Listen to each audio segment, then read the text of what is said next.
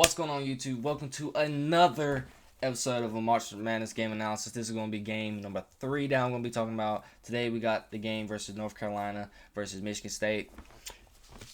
And Carolina, unfortunately, comes out on top. You know I'm a Duke fan. I can't stand Carolina. So I'm gonna do as much. I'm gonna try my best not to be biased here. You know what I'm saying? You know what I'm saying? You get what I'm saying, right? You get what I'm saying? One of the biggest rivalry in sports. It's hard to say some good things about this team. I can't stand them. Their fan base is the most annoying fan base on earth. It's not even close. Carolina fans are obnoxious. They're annoying. They're leeches. But I gotta do my job. I got to be unbiased. And I got to give you a good analysis. But if you will, drop a like on this video. Subscribe for me so we can just keep this content rolling out for you. And keep supporting your boy. It'll be much appreciated. But to get on this game, I did watch this game. I really didn't watch it thoroughly enough to give a 100% great analysis. Like I said, like I did say for the Houston game. Because like I said, still knowing this, I watched Carolina enough to know how they like to play. So this will be a whole lot better than the Houston game. I think this analysis will be just as good as my Duke analysis. But to give you perspective on this game, the first half was very happy for me at first. Because if you don't know, Michigan State was on a tear early. I got a bunch of bullets here. So the first bullet I got is Carolina was missing wide open looks. You know, I watched, obviously, I watched the Duke versus Carolina game. So the Cormac Ryans of the world, they could miss versus us. Oh, but when they play somebody else, they can't hit anything. Cormac Ryan's stat line was, he was 3 for 9 from the field, 2 for 5 from the three-point line, and he had 16 points. No. That was his plus minus. Let me take it back. He had 14 points. He got 6 of those points from the free throw line, by the way. Harrison Ingram, he was efficient. He was very efficient. 6 for 11. That's over 50% from the field. 5 for 7 from the three-point line. This kid, the guys, let me tell you, this Harrison Ingram kid can shoot the basketball. He just flat out shoot the basketball. I got to give props to do.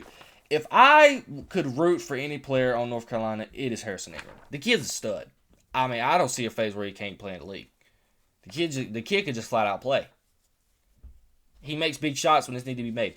Even there was a points in the game where they were down double digits in the first half. Harrison Ingram was making that 3 to get down double digits. I mean, the guys can just flat out play. I got nothing but respect for the kid. But my first note, like I said, was Carolina was missing open looks early. And they couldn't hit anything, which led to Michigan being very, very efficient, doing whatever they wanted. I mean, if they had one kid on Michigan State that had this spin move. I can't remember the guy's name. I wish I would have wrote it down, but the guy had the meanest spin move down on the block I've ever seen. I mean, he was cooking Baycott in the first half. But Tyson Walker on Michigan State, he was cooking first half. I mean, all in all, Michigan State couldn't miss. Tyson Walker was 9 for 16 from the field. He was 2 for 6 from the 3-point line. And he had 24 points. Kid was cooking. I mean, guy was playing amazing. But, Michigan was on a tear early. And then that led to my inevitable pain because I want Carolina to be put out. This led to North Carolina going on a big run to end the first half. Ladies and gentlemen, Carolina went on a 20-3 run at the end of the first half. Michigan State didn't score for like 5 minutes. I mean, right when I thought Carolina was out of the water, every Carolina fan was at their house watching this game like, oh my gosh, we're doomed. Michigan State couldn't miss. Here comes North Carolina, Harrison Ingram, R.J. Davis, and Baycott. We'll throw Baycott in there. Being the driving force to get these guys back into the game and going on a 20-3 run at the end of the first half. I don't understand how it happened. Don't ask me how it happened. I don't want to know. I don't even want to talk about how that happened. Because I was on cloud 9. I just knew Carolina was dead in the water. They had no hope. All hope was lost. And then here comes North Carolina. I don't have the exact score on me at the end of the first half, but I believe Carolina, I want to say Carolina was up about 5-ish points, maybe more than that. It might have been 7. But there was the point where Michigan was up 12, and then they were down 15. Michigan State was up 12 at one point, and then at one point in the game, they ended up being down 15. That big of a score difference. That scale was a 20-point deficit from when their highest lead to their lowest. Sorry. From how much they were winning by to from how much they were down. It is insane. That is insanity. One of the biggest meltdowns I've seen at the end of a half I've seen in this whole tournament. And like me, I'm just disappointed. I can't stand Carolina. I want them to lose. I hate North Carolina. But anyways, like I said, I got to do my job. Give a point of credit where credit is due. So, like I said, to start off the second half, it was really back and forth from the beginning, but Michigan does go on a little run early. Like I said, Tyson Walker was leading the charge, getting some big buckets, along with Malik Hall. They were shooting the basketball exception well. Nobody else could seem to do anything. Jaden Atkins, he had 11 points, but Malik Hall and then Tyson Walker were the driving force. Michigan State was cutting down on Carolina's lead. Chipping at it, but inevitably Carolina just pulled away, and that led to Michigan. Michigan State had some boneheaded turnovers,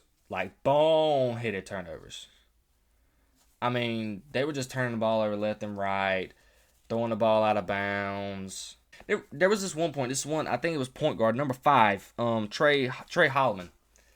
He threw the ball out of bounds to nobody. He was telegraphing a pass. Then Tom Izzo would make a sub. He done this twice. Tom Izzo had to sub him out twice for making terrible passes. I mean, they were just turning the ball over all over the place. And, one of my final notes I got is Harrison's going to Harrison. I mean, the guy's exceptional. I mean, he's I don't know why, but this kid's just so underappreciated for his game. Defensively, he plays fantastic defense. And offensively, he just makes shots. The kid can't miss. Like I said, the kid's exceptional. Inevitably, Carolina pulled away in this ball game, and there was nothing else. Michigan State, bye Tom Izzo. You made a claim in the game saying, "Hey, I'm gonna get back to the Sweet 16, get back to the Final Four, and be the Michigan State of old." Good luck, buddy, because with that team you got, it ain't gonna happen. You made a good run though. I get that. You gave Carolina a good run for their money. But inevitably, Carolina pulled away 85-69, 16-point win.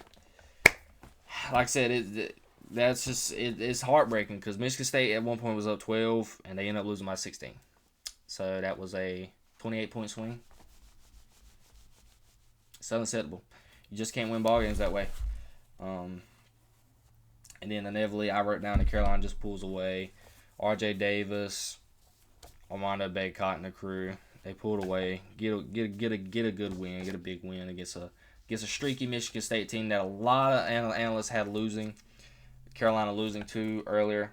I know a lot of the big analysts at ESPN had Carolina on upset watch against Michigan State, and rightfully so. Michigan State was streaky, and they showed early on in the first half the reason why they were a streaky team. But inevitably, you can say championship pedigree for Carolina. They were in a natty national championship 2 years ago.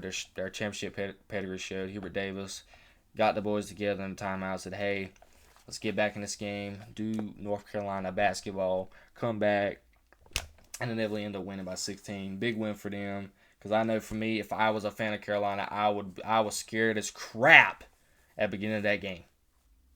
If you're a Carolina fan, I don't know how you worked. It was just bad. Carolina couldn't hit water for foul of a boat. Michigan was hitting everything. They were getting and-ones, shooting 3 balls. Tyson Walker was coming down in their mouth, just shooting trays and just banging them. But, like I said, championship pedigree. Carolina doing Carolina things. Great win. They've been doing this all season. Winning the close ones when it counted most. Good. Shout out to North Carolina for another big win. But, give you a little foreshadow. They do play Alabama. I absolutely know nothing about Alabama, but like I said, a lot of SEC teams has not played good in this tournament. I don't think Alabama's even played a quality opponent yet in this tournament. So, North Carolina's looking.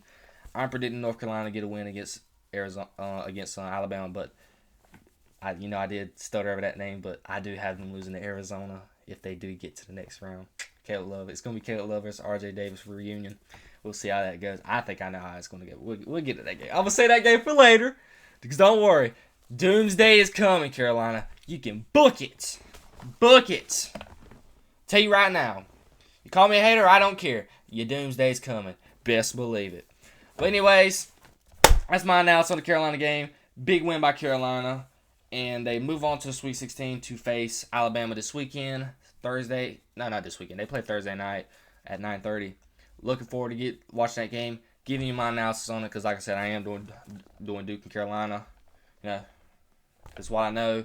I know the players like the back of my hand, so I can give you the best analysis I can. But if you do, leave a like on this video. Subscribe for more. And I got another video coming out against Duke. But other than that, like I said earlier, big win for Carolina. Big win for the program. Gives a lot of momentum going into the Sweet 16 out in LA. And to battle it out with the Crimson Tide, baby. Roll Tide. And you best believe it's going to be Roll Tide Thursday night. Best believe. But let me stop. Let me get ahead of myself. Don't let me get too ahead of myself. I need to worry about my own team. You know, my team's playing too. But anyway, scratch all that, guys. All fun. It's all fun and games. You know, like I said, I got to be unbiased. Give the best review I can. But if you will, like I said, leave a like on this video. Subscribe for more. And we'll see you in the next one, baby. Peace, love, and positivity always. See you.